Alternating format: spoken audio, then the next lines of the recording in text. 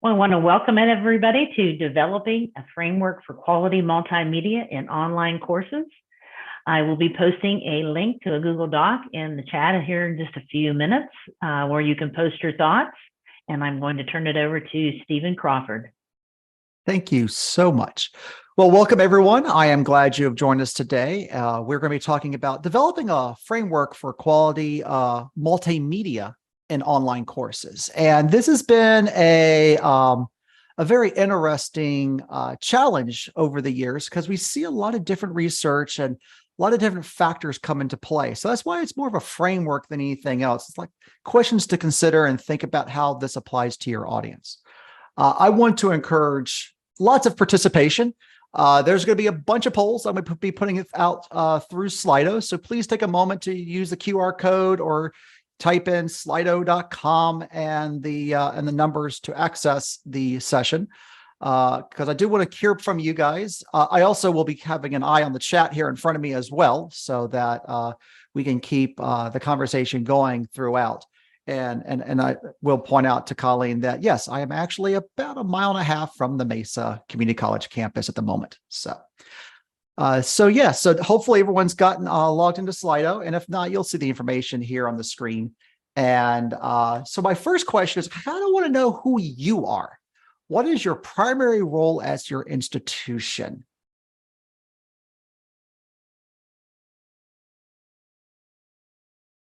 And I love this tool because it's like a horse race. I can watch as people vote which ones take over and take the lead.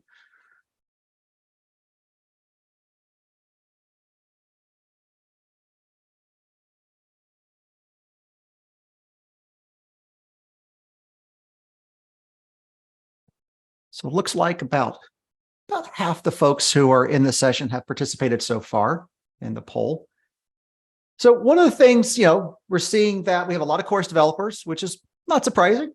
We have some administrators in here as well as faculty. And I think you're going to find some really good resources, regardless of your role, when you think about how things are. Notice that there is one category we don't have anybody participating in. And so I will give you an invitation that for next year's Quality in Action, invite a librarian or somebody from compliance or your disability resources office to join you for some of these sessions so they can understand how some of these factors may impact the students in general. So introduce myself real fast. I'm Stephen Crawford, and I am the district director for the Maricopa Center for Learning and Innovation with the Maricopa Community Colleges. We're here in the Phoenix metropolitan area. We have 10 individually accredited colleges in our district, and we have lots of fun challenges because of things like that, our size, our scale, etc. Also, I have an extensive background in online learning that goes back almost 25 years. Well, yeah, 25 years now. So I've seen a lot of changes over the years, and I have some expectations for some more changes that will impact us even further as we go forward. So first, let's start with a very simple question. How do you use multimedia in your online courses?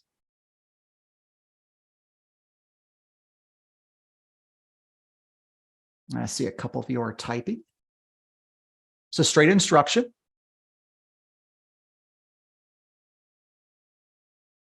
Enhance the learning experience.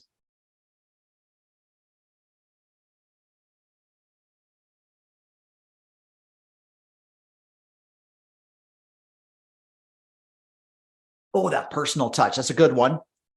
And of course, student responses, engagement, module overviews, and faculty introductions. That's a great one.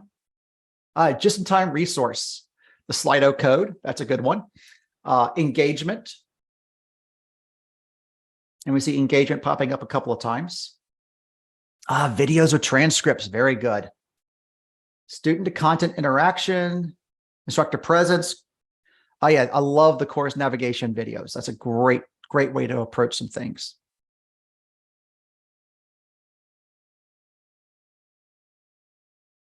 Personalization. And, and that's a great, and I'm going to bring this up a little bit later on, but for those of you who went to Amy's session on master courses, that's a great way to kind of, drop in those videos of you in the session, introducing the modules or different pieces. Bite-sized summaries with instructions and with screencasts, course orientation, and The last one that seems to be active was quick explanation for students. And that's another great use of video. So let's look at how some of these things might time together. So, of course, being an instructional designer at heart, even though I'm an administrator today, my training is as an instructional designer. I, of course, have session objectives. And so these are the things that we're going to be working towards as we move through the remainder of this hour. And so the first thing I want to talk about is the types of presentations that are out there. And this is kind of important when you think about this, and we're going to keep this in your mind as we move forward, because as we get towards the end, we're going to bring this back up. And I look at 4 different types out there. I look at audio. There are audio presentations that we provide. We could do voice over slide presentations. There are screencasts, and there are straight video. And so when you think about that, some of the ways we can approach things, and some of the examples you've already given here, that we think about like doing the course navigation, the orientation to the course itself, the navigation of how the course works, that's a great opportunity for a screencast. When you're doing feedback to students, maybe it's just audio. When you are doing your introductions to the course itself, maybe it's a video. And if you're presenting content, maybe it's a slide, a voiceover slide presentation. And again, those aren't hard and fast rules. And I want to make that very clear as we move through. It's going to be very dependent on what you're doing and how you're approaching things. So one of the things I want to start with is start thinking about different factors that impacts the quality. And so the very first one I'm going to start with is captions.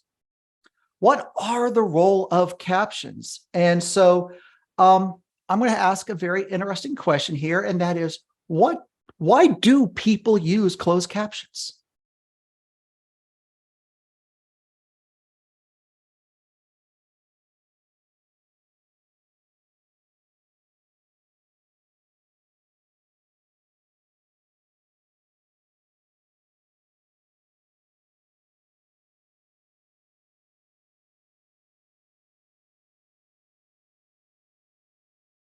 I like how Colleen jumped in. It's like all the above.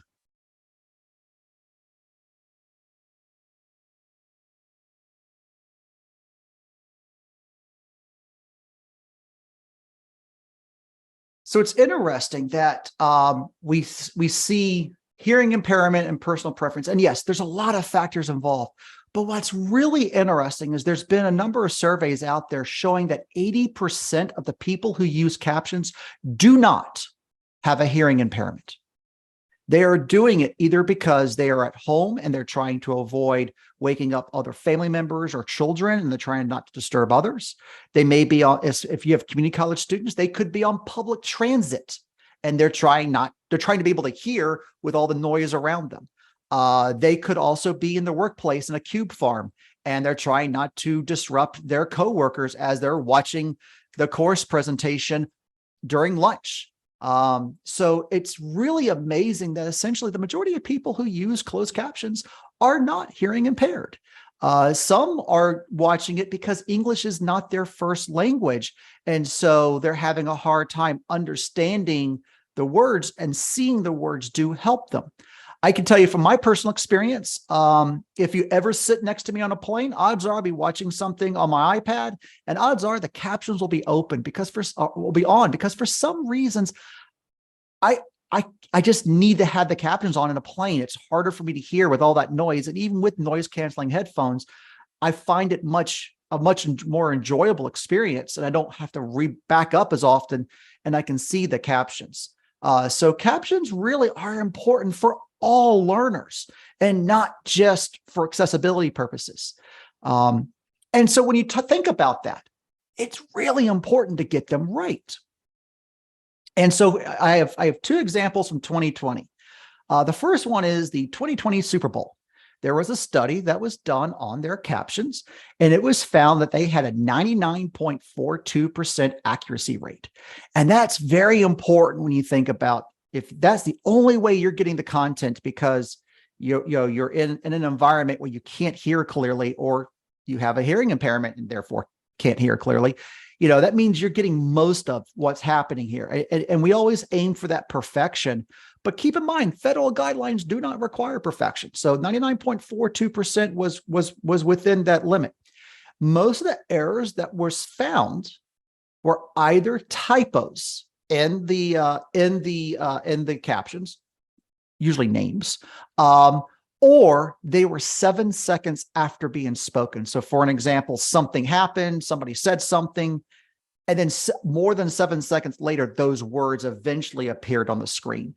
And so you got to think about timing as well as accuracy, because if you are using captions in a video and you are describing a process and those words, and so you show that process and then you cut to something else, and then 7 seconds later, those words right before the cut then show up, there's a disconnect for your students. It's important to note that out of those, that tiny little bit of error, there was 1.77% of all the errors that occurred that was considered serious enough to be misleading. And so you really want to be careful about that. And that brings me to a study on YouTube where they checked the auto captions of high quality commencement speakers. We're talking brand name universities who have world recognition, who can pull in top-notch, commencement speakers and record it at a high level of clarity. So these are people who speak clearly. These are people who are recorded well. And therefore, you would think the captions are going to be correct. However, there was, in this batch, they found on average, there was a mistake every 26 seconds. And so if that's happening, that's bad, because a third of those errors were nouns and 20% were verbs. And again, if you take this to the teaching aspect, that can be very difficult for your students, because if you say a key term and it doesn't get it correct, then that's going to be a problem because your students aren't getting that key term. And then if the verb on what to do with that is wrong, that's a problem as well. Now, this is where I'm getting a little excited about AI right now. The auto captions are getting better, but they've always been not good enough. And I'm really interested to see what OpenAI does with their Whisper project, which is based off of ChatGPT, which is about caption generation. And I'm waiting to see what Google Bard does to improve that. But right now, you cannot 100% rely on those items. So yeah, that's something to keep in mind. Whoops, that's not what I'm looking for. So next question that comes up often is length of video. So let's go with this question. What do you think should be the maximum length of your content presentation? I'm using that generically, whether it's audio, multimedia, video, slide over, voiceover slides, etc. 5 minutes. That's a good one. Straight up.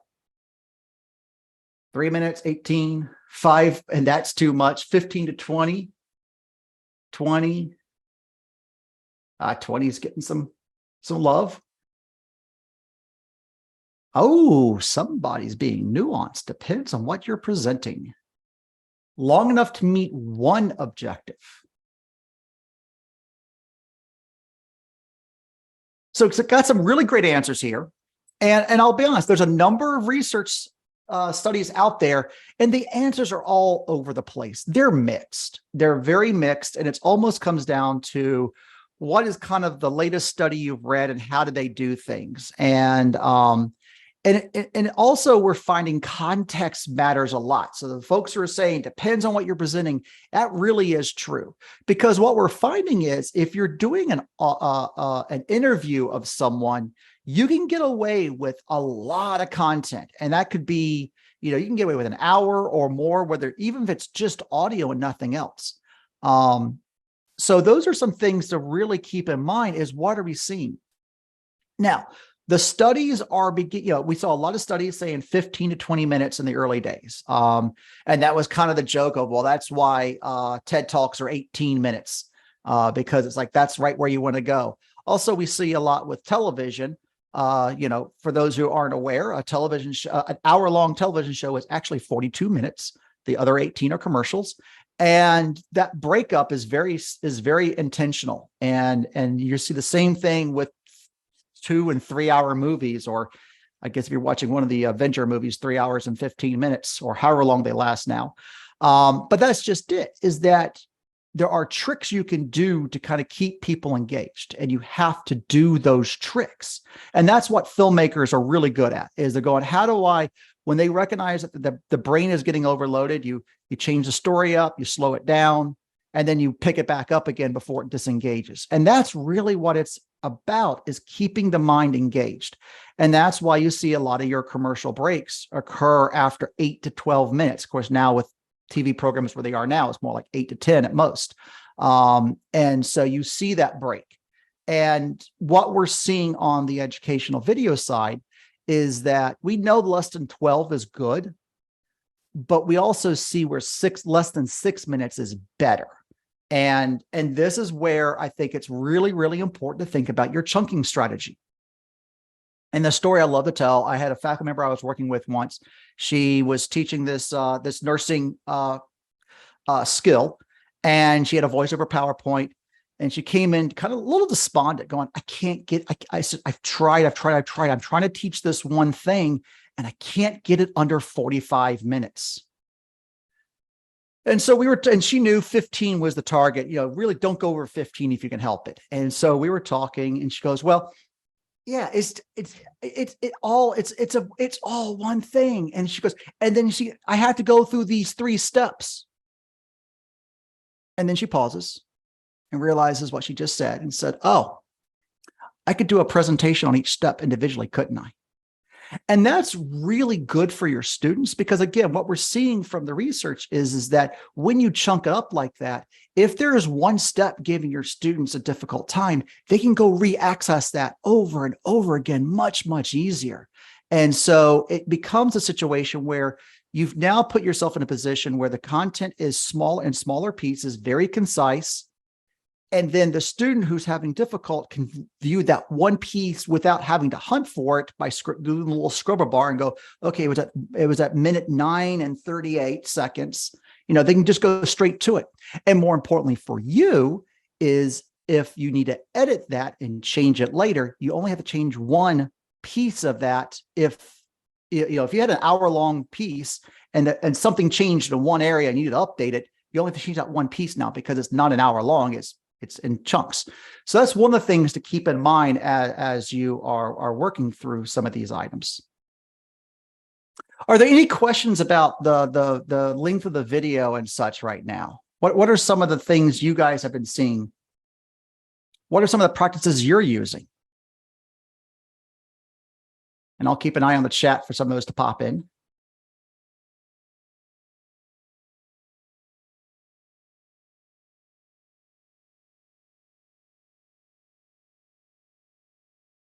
All right, not seeing too much, but that's okay. So this is where we need to think about the role of the presenter. So when we think about the presenter, how important is it to see the presenter?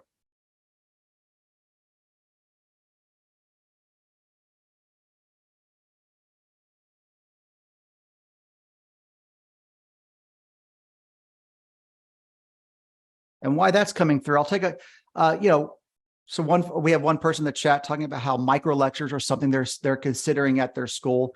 And I would strongly recommend go beyond thinking, how can we do that? And as Colleen said, it's hard to get under 40 minutes. We have spent generations saying a lecture is 50 minutes. And so everything we've been doing has been programmed for that 50-minute lecture.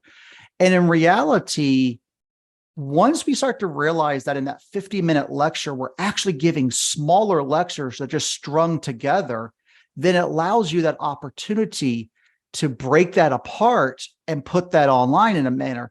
And it's like, I had faculty who were used to having 3-hour lectures. And so when they went online, they insisted they would take the exact same slide deck and just narrate it and leave it online as 3 hours. And that's very difficult for our students, because again, if we think about that student who I was talking about with the captions, who may be watching this over lunch at work, I don't think they have 3-hour lunches. And that's a very important consideration, is that sometimes your students will look at the runtime. I know I do when it comes to podcasts, and I'm like, oh, I have a 30-minute drive. Oh, look, I got a 28-minute podcast. I'll listen to that on the way to where I'm going. And so that's one of the things that we need to think about, is that we want them to really focus on the pieces, parts, and less on the time. And hopefully that will then mean as you break it up, it's not about the time as much anymore. So how important is it to see the presenter? And, again, not surprised we have a lot of folks pushing towards the 5, because a lot of, again, instructor presence is extremely important. We have seen that over and over again. We know that it's a great way to have that video piece allow for the instructor to make that connection. So you can see, I can look directly in the camera, talk directly to you. We know that's very important for making that connectivity with our students. But at the same time, I'm a distraction. I'm a distraction from the content. And that is what we've seen in a number of studies where, especially when you're doing a process of some sort, if you're demonstrating a process, it's better to actually have the camera up and focusing on just your hands and what you're doing if you're doing something with your hands. So I think back to some of my early days in the late 90s, we were teaching, we had a faculty member teaching an online jazz class, video-based jazz class more than anything else. So almost the entire class was a camera that was mounted in the ceiling, focused on his keyboard and his hands, because nobody wanted to see his face. They wanted to see where his hands were on the keyboard as he talked about how he was doing certain things. And so that's one of the things to think about. The other piece to think about is, again, that having that is, seeing that process is more important, and you want to zoom in on that. So if you're doing your own production or you're working with a producer, you want to really focus in on that process. If you're doing a voiceover slides, there's a lot of content out there that is produced that really, I don't need to see you talk about it. And I know there's a lot of folks who really, a lot of studios have been built for the purpose of having the instructor stand here on the camera, talk directly to the camera, and then next to them will be the virtual slides and they'll pop up. But seeing the instructor can be distracting. I had a friend of mine who did that model once. And yeah, it was interesting because the students started to email her going, "Do you realize you didn't blink a single time in that presentation?" Because she just stared right into the camera and talked the entire time without blinking. And so that is a factor to consider. Are you a distraction sometimes from the content? They know what you look like. So a lot of times what I'll do is I'll have faculty, they'll be on camera to start things off, especially with some of these process videos. They'll be on camera to start things off, to introduce the topic, and they'll be on camera at the end to wrap it up. But the meat of the content is not them, it's the process. And I think that's the most important thing to do, is focus on the process. If you're doing slides, again, having the ability to animate the slides in a way where, again, if you're describing the parts of a heart, for an example, again, seeing you talk about it's not interesting. Another reason why I'm not a big fan of the picture-in-picture model. But having that arrow that points to what you're talking about as you're talking about it is extremely important. That way the students can see the visual and understand why it's important.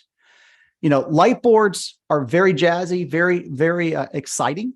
They're a lot of fun, and they can be very helpful when teaching math. Same thing, but you can do the same thing with a tablet writing on your screen for talking about math as well. And so it's going to come down to what works. Sometimes this is a little bit style. But if you're doing complicated math problems and you want to write out and you want to really point and emphasize pieces, then that's important because now you're part of that equation. So those are some of the things that we're seeing with that. Again, sometimes, and again, we've seen some comments about equity, and this is another important piece. If you're doing things where bandwidth is limited, think about those lower bandwidth alternatives. Does it have to be a video when an audio will do? Does it have to be a situation, you think about those long videos. If the bandwidth is shaky and they're going to lose connection, if they lose connection in the middle of a 40-minute video, they have to go figure out where they were. if they come back. If they lose video on a 5 or 6 minute video, they're okay with potentially restarting the whole video from the very beginning again. So those are some pieces to think about. That mix is super important. I'm really glad to see Susan talk about that, because having that mix of instructor video and content is super important. But however you make that decision, you really need to be making sure you're doing that with intention. And that's kind of where I want to leave that part there with. And then we'll come back and talk some more. Oh, I've already talked about that, so we'll move on. So let's talk about the role of video production. We've been talking about that a bit. Do you need a studio with high quality video? Like how the first couple of people like, nope.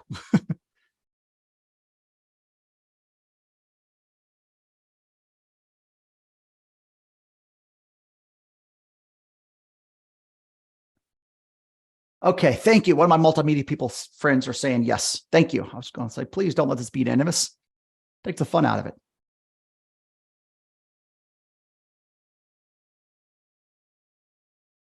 So yeah, so more often than not, the answer is no.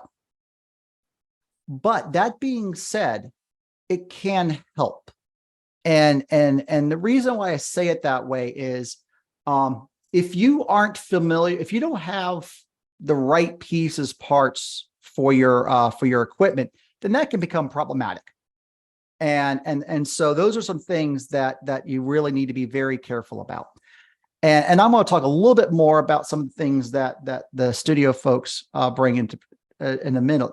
But one of the things that there is a study out there where a faculty member she had a studio course and personal intro for her course. And then she had the exact same script done on her webcam in her office. And that's just it. When you look at what she did, A/B, one group got the produced version and one got the DIY version. And with that, what she found was there was no significant difference between the students, but there was a slight preference for the DIY version. And the reason why there was the students felt it was more human, because she's in her office. It's not perfect. It's not polished. And they got to see her office at the same time. So that's something to consider. I mean, we've been doing this. That was pre-pandemic. And now with everybody Zooming and WebExing and Google Meeting all over the place, we've kind of gotten used to seeing a lot of people's houses and what's in their background and learning a little bit about them. So that norm has changed quite a bit. And as Alita mentioned here in the chat, yes, there are a lot of tools out there for doing things. And that's where I reach out and I grab my iPhone and go, I have a 4K camera in here. I remember what one of these would have cost if I wanted to buy it for a production studio 7 years ago. Holy cow, that's a lot of money. And then at the same time, I'm like, what am I going to do with all that data? And I think that's part of it, is you really want to be mindful of what you're doing and how and why. What you get in a studio is controlled lighting and controlled audio and expert help and framing and producing the video. And that cannot be undervalued. That is a lot of really, really important information. And that's a lot of process that can help you. But if you are at the point where you can do your course intro, or you can do your personal intro, or the module intros, and you have a high quality microphone that gets clear audio, and you're not going to get all the noise. I mean, I'm lucky enough that my microphone that I'm using right now, if I had my window open and a garbage truck went by, I am going to be more disturbed than anybody else, but you won't hear it. And so you can get away with a lot of stuff now that you couldn't even 5 years ago. And I think that is an important thing, that if you are in a position where you are comfortable turning on your cameras, doing some minor edits and posting it to a website or YouTube or LMS or whatever your video system is, and publishing it that way, and you can do it in one take, then I would recommend doing that. But if you're going to be doing some of these process videos where you may have more than one camera, that's where you're probably going to want to get somebody to help you. And that somebody should be somebody with a multimedia background. If you're doing a voiceover slides, yes, there's lots of ways to do that at home on your own, but you may want to get someone to help you with the visuals and the slides for that multimedia team. You may also want to use, if they have a sound booth, you may want to use their sound booth, because sometimes it's just a lot of fun to get somewhere else and just say, hey, I'm going to do this in my sound booth and don't have to worry about the dog barking. I don't have to hit stop, deal with the dog, come back. I'm just in a sound booth and I go for it. And so those are ways to think about. But that most important thing is about having that good, clean audio. That's a very critical piece. And that brings us really right into another good option that has been coming up more and more. And I'm going to ask you to take a guess. What do you think is more effective in providing student feedback? Written comments or audio comments?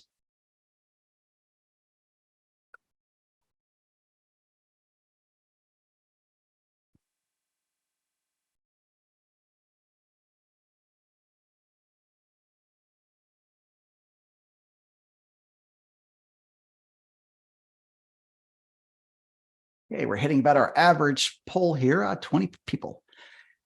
And of course, Carla does say a combination depending on the student, and that's great. I do agree with that. It does need to be contextual as always, but I will also add that there's been a couple of studies out there, and what they're saying on this exact topic, and what they're showing is a 5-minute recording is about 625 words, or a full page of written feedback to a student. And that's a lot of information. And so we're seeing from these studies that it does help provide a better emotional connection to the student than the written feedback does. It's more personalized to the learner itself. And we are seeing from the studies that there is a preference for audio over written feedback. But as I'm not even going to, I can't pronounce that name. I'm sorry.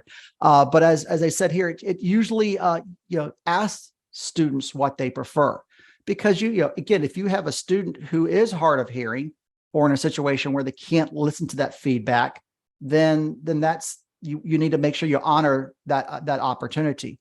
But we are seeing from some of the research that's emerging on this one that, it is better. And it's a practice that I keep reminding myself I should do, usually at the very end of the semester. And I was like, oh yeah, I wish I would have remembered that at the beginning of the semester, because I would have tried that more. And I'd have found that my conversations with students go well. Like, well, maybe I should start having those conversations recorded as my feedback instead, and just hit the record button as I'm grading papers. So it is something that, to think about and consider. So we are going to now slide over and let's start thinking about bringing these pieces together and what this really means. And so again, when we think about this piece here, and I show the audio, the slides, and the screencasting and the video piece, when you're moving from one to the other, you're essentially potentially adding complexity to the development process. Audio is easy. I just turn on the audio notes on my phone, start recording, and then upload the audio. Done. It doesn't take much bandwidth for a student to download or listen to. It can be very helpful for students in low bandwidth areas. And so audio can be extremely helpful in a lot of situations. Then you move towards the voiceover slides. And again, from a creation standpoint, that can be a little bit harder because you got to make slides now, but it's easier because you can record one slide at a time. And if you do that, my trick was always hit the record button, then breathe in and start. And then at the end, make sure I had a pause before I went to the next slide. And the reason why I do that is I had a friend of mine who was in media production, and he pointed out that in a horror movie, if they want to make you hold your breath during times of tension, they actually will cut every breath out of the scene.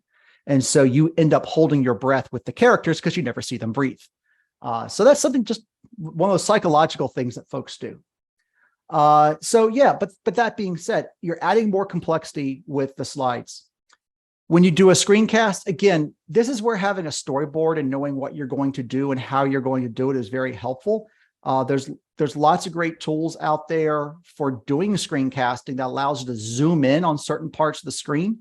So knowing you're going to do that in advance will help make sure that you get the mouse where it belongs so that you can click when you want to click as you're talking instead of going, oh, wait a minute, my mouse is in the wrong spot. Let me see if I can get it there. Because that makes it a lot harder if someone else is editing it. So having that storyboard and knowing what you want to say and what you want to see on the screen is extremely helpful. And so I do recommend doing something like that. Again, another layer of complexity. And when it comes to video, this is where it can go in all sorts of directions. You can go simple and just turn on the camera and start talking. I've done that a couple of times for my students. I knew I had 3 bullet points. I made them, I recorded them, and then I posted them. Simple as that. Sometimes it's going to be a little bit more complicated because you're demonstrating a process and you want to get multiple camera angles in there, or you want to act out a case study or do some things like that. And that's where I'm going to come back and think about Amy's session on master courses. For those who went to that session, she talked about how one of the nice things about master courses is you can create high quality content that's reused in multiple sessions. And so I always advocate that when you are creating high quality videos with the production team, try to do it for those master courses as often as possible, or some other setting where it's not a one and done, that you use that video in this one course, this one time, and then never again. You really want to try to reuse that content as much as you can because so much time and effort went into it. If you can create that video and have it used for multiple sections for the next couple of semesters, then you're really getting a great return on your investment of the time and effort that it takes.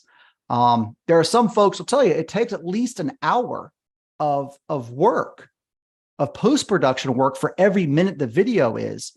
And so that means a lot of your 6-minute videos that we're talking about can still take 6 hours to produce. And that's assuming there was a lot of work done up front with scripting and planning and everything.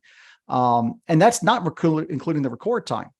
When I was working with folks doing the audio over slides type of presentations, I always told people this is going to be a 15-minute presentation. Then you better book 45 minutes in the sound booth, because you're going to want to spend time listening to everything you've done, making sure it's right. And if it's not, giving yourself enough time to re-record, because you're probably going to re-record 1 or 2, and you're going to get in the middle and say, nope, that ain't it, and then start over again. And that's the other thing I'd add in there is also think about those errors. And that really brings us now into the guiding principles of some quality multimedia. When we think about DIY video, they're usually perfect and polished. And that was one of the things that students talked about when it comes to instructor presence. How often in the face-to-face classroom do you get to basically go, oh, let me call those out for you. We know there's pauses. We know we do those things. So why do we cut them out of every single video we do? That's one of the things NPR does. That's why NPR sounds so polished. It's also one of the reasons why there is so much editing going on with that. Sometimes you cough, and if you come back and just keep on going and work it into what you're doing, and that's part of that presence, as long as you don't cough directly into the microphone. Again, the accuracy of closed captions, that clarity of audio. You can have poor quality video, but if your audio is clear enough and it's explaining what's happening, then you are putting yourself in a position where you're going to be successful, because that audio sometimes is more important. Like a lot of people, I will have that video running in one of my tabs in Chrome, but it's not the one I'm looking at. So I'm listening to the audio more often than I'm watching the video. So that's something to be mindful of as well, is that, again, that audio is really the most important part.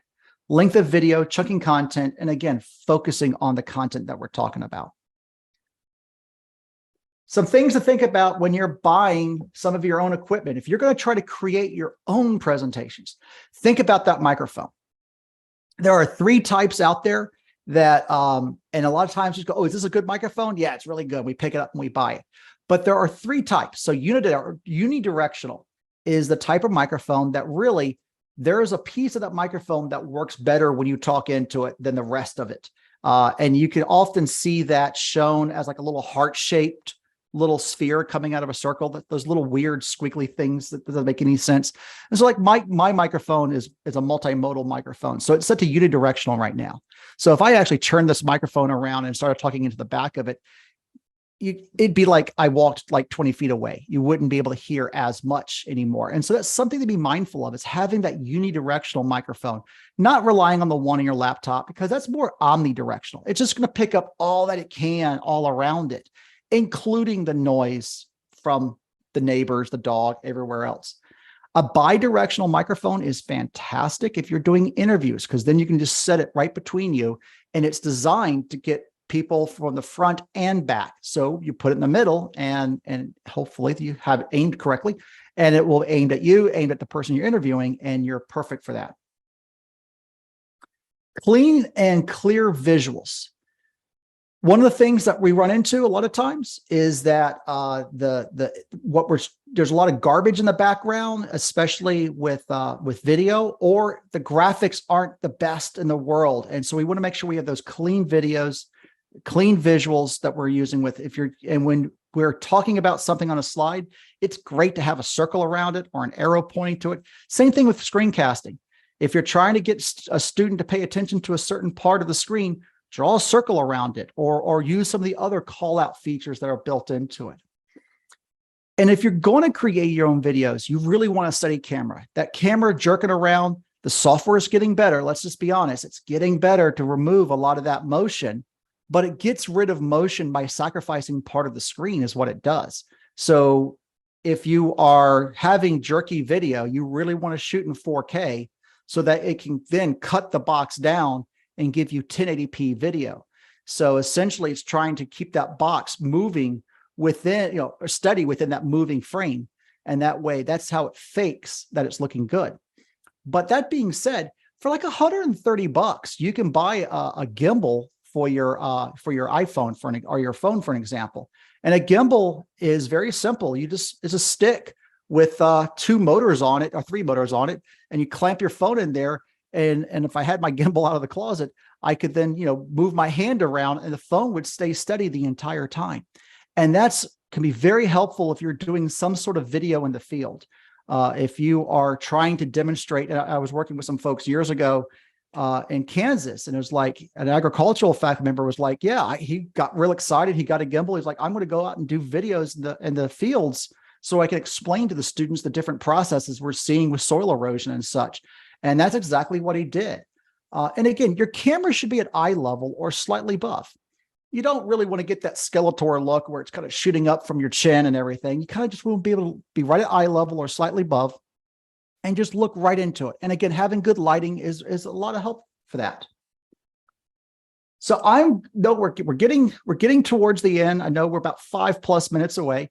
So I did want to provide a few minutes for any questions you might have regarding how to improve the quality of multimedia presentations, or any tricks or tips you might have.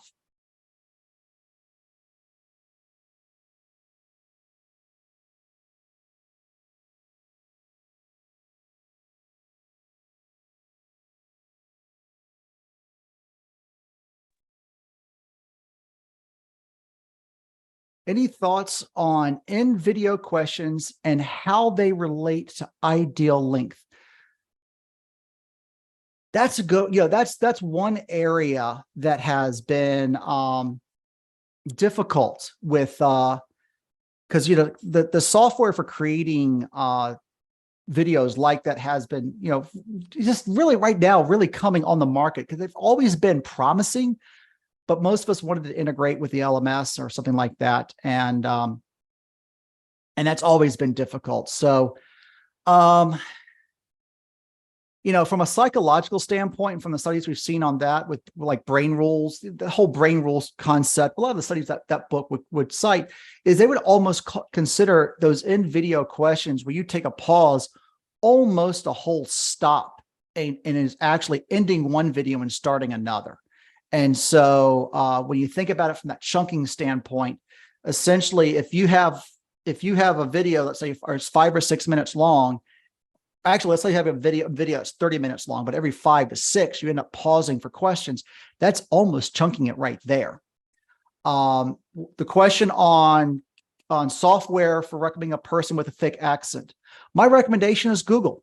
And what I recommend actually is you script out things ahead of time, because what you can do with Google is you can upload that script and it will then match the words to the video. And I'll get the timing worked out for you, because its software is smart enough to pick up enough words to figure out what's going on where. And I think that if you can script things ahead of time, that will work really well. Otherwise, your best bet is to take the live captions from Google and see what happens, and then have to do some editing afterwards and then re-upload it back. And so those are some good, that's probably some approaches there. Stacy's, and I see there's a hand raised, but I want to quickly get to Stacy's question because this is a fun one. Do you have any preferences for video software over others? Yes, my preference is the one you know. Simple as that. I mean, when you think about the tools that are out there, there are some great tools like Premiere and Final Cut. And in some cases, for the types of videos we're creating, especially on the DIY side, that's like using a sledgehammer to put a nail in the wall to hang a photo. They can do a lot, but if you don't know it, it's not doing much for you. There's DaVinci, which is free. I use iMovie a lot because it's the one, because like a lot of times I need quick turnaround, and there's actually some great tools on your on mobile devices that quick turnaround. You can do it all on there. So it's really going to come down to the one that I think works best for you. Let me go ahead and grab, I saw where Charles, you had a question, you had your hand up. Do you want to let's see. Yep. We'll get you unmute. We had an epiphany when my daughter visited us at my university. She was watching this YouTube channel called Mariah Elizabeth, where she redoes squishies, those little squishy, like some paints them and whatnot. And we noticed like the video wasn't on her, just a video that didn't change. It was dynamic. She changed it all the time. She would change like how close it was on her, and then she would move back. So like we started doing a lot of our like professional development, like one-off quick videos in the same fashion, where we try to make the videos as dynamic as possible. Have you seen any? I know you talked about like, catching our attention, but like my daughter is glued to this YouTube channel for hours, just for that reason, is the editing is so dynamic. And I think there's a lot to be said about that. So I have not had the benefit of film school, but I have worked with people who have, and they'll tell you those quick cuts. Those quick cuts are intentional, and there's a reason why a lot of movie producers use those a lot. And I think that's part of the reason why TikTok has been so good, is that it's short, but even if you have something, you think about some of your Twitch folks. Those, they're, on Twitch, a lot of times they're focusing on the content, the game, but you look at past the gaming Twitch, they're doing a lot of those quick cuts, and they're cutting, and that's, and some of those folks are having 3 and 4 cameras. So they have a little board so they can punch the cameras and rotate through quite a bit. I mean, it's like in theory, if I can find my controls for Zoom real fast, I can go from camera 1 to camera 2 because I have 2 cameras set up. And so that's, I think there's a lot to be said about that. And you're seeing some of those principles come in. I will tell you, one that doesn't work well is the music on the background the entire time. That is distracting, and that is not helpful from that point of view. I did see some notes about Camtasia, and I will tell you, I do use Camtasia quite a bit as well. And I don't want to leave that one out. Let's see, thoughts on using AI to create your own voice. The thoughts on AI, I will tell you that's what we're seeing on TikTok. We've been seeing that on TikTok for years, and there's a lot of good educational content on TikTok. NPR has been, Planet Money in particular, has been doing financial TikToks for several years, and we are seeing a bunch of items like that. And so I think there's something to be said. Don't be afraid, especially if you're afraid of your voice not being that great. Don't be afraid. Play with the AI and let it voice over for you. I think we're approaching the end of our time. So I'm going to wrap up by highlighting that there are a number of articles on QM's website, and These are in the slide deck as well. And you can see I've been publishing on QLM's website since 2019 and on a lot of these different topics. And you can pull a lot of this information out there and we can go from there. And I am at my time. Well, thank you very much, Stephen. I want to thank you for presenting today. Some really good information on creating quality multimedia. And please, everyone, once you log out of the session, there will be a survey. So please take a few minutes to complete the survey. Our next sessions will start, you get a little break. The next sessions will start at 3:20. So thank you again, Stephen, and everybody have a good rest of your afternoon. Thank you, everyone. Enjoy.